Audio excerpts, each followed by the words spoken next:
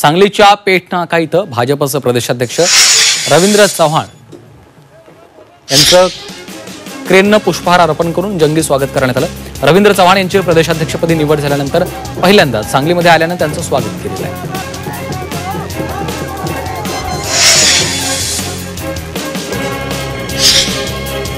India आघाडीचा मोर्चा दडपण्याचा प्रयत्न केला जातोय अशी टीका जयंत पाटलांनी केली आहे। धोक्यात आलेल्या लोकशाहीला वाचवण्यासाठी आमचा लढा असून मत चोरी करून सत्तेत बसलेल्यांचा निषेध करतो असं वक्तव्य पाटलांनी केलं आहे।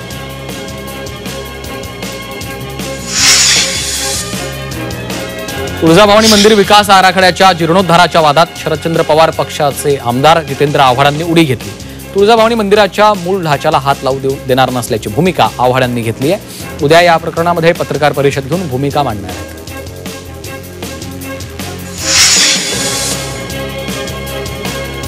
गोपीनाथ मुंडे यांच्या शिकवणीमुळे राजकारणात यशस्वी झाल्याचं मुख्यमंत्री फडणवीसांनी सांगितलंय। सत्तेशी कायम संघर्ष करण्याचा सल्ला मुंडे यांनी दिला होता आणि त्याचं पालन केलं असं देखील फडणवीस म्हणाले आहेत।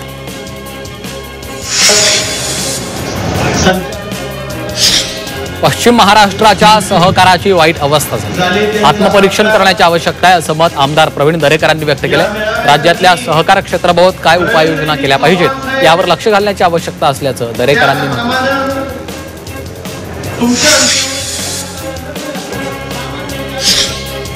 जळगावमधील अमळनेर विधानसभेचे माजी आमदार शिरीष चौधरी शिवसेनेच्या वाटेवर आहेत। चौधरी अमळनेरमधील अपक्ष निवडून आलेले होते।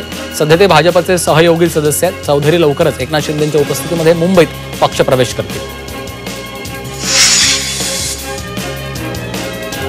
निवडणूक आयोगाची चोरी पकडल्यामुळे सरकार घाबरलंय असा आरोप आमदार रोहित पवारांनी केलाय। ईव्हीएम मशीनचे पुरावे सामान्य जनतेच्या हाती लागू नयेत यासाठी सरकार प्रयत्न करत असल्याचं रोहित पवारांनी म्हटलंय।